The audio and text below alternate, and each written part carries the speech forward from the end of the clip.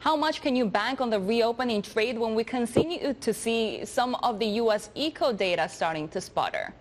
Thanks for having me. So we are, as you said, very bullish on the travel space and its resurgence. There's so much pent-up demand in the system that we're seeing right now, and hopefully, the guests that you guys showed just before me were accurate in their predictions that maybe we've reached peak Delta at this point, and couple that with the vaccine mandates that were announced by President Biden last week. Maybe that creates the perfect storm where some of those travel plans, especially international travel plans that were either postponed or outright canceled earlier in this year, as it became obvious that Delta was going to hang around for a while and was going to be a real thing. We're really expecting that the demand that we've seen up until about Q1 of this year is going to come back and come back sort of with a vengeance for folks wanting to get out and travel. Malcolm, just hold on a second, because we do have breaking news at the moment. We're hearing that House Democrats are set to propose raising the corporate tax rate to 26.5%. This is according to people speaking to Bloomberg, among other plans that fall short of President Biden's ambitions in a bid to help improve the chances of passing that major social spending package.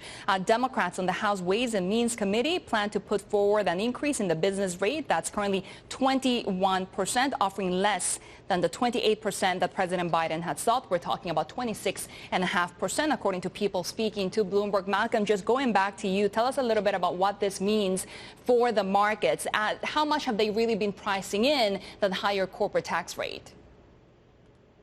Yeah, so what's interesting is the corporate tax rate is one of those that's hotly debated, right? It's always a point of contention between Democrats and Republicans. And what we have seen in actual real data is that it doesn't really matter too much what the corporate tax rate is.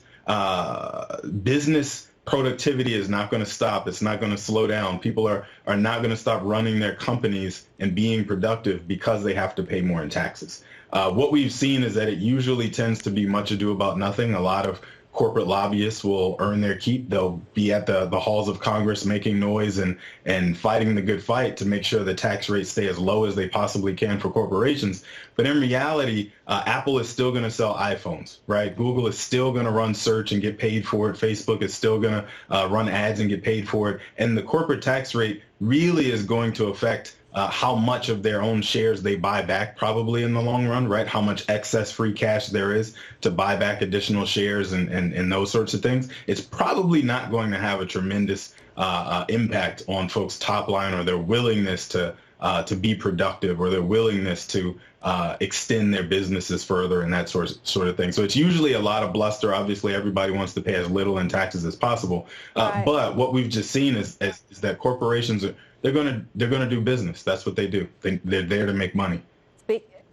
And speaking of willingness to extend their businesses, right, we heard from S&P Global, we were talking about that earlier, that 13% predicted jump in capex spending globally. This is so different to what we saw in 2008, where weak investment was one of the biggest drags. How do you invest around that theme of more spending?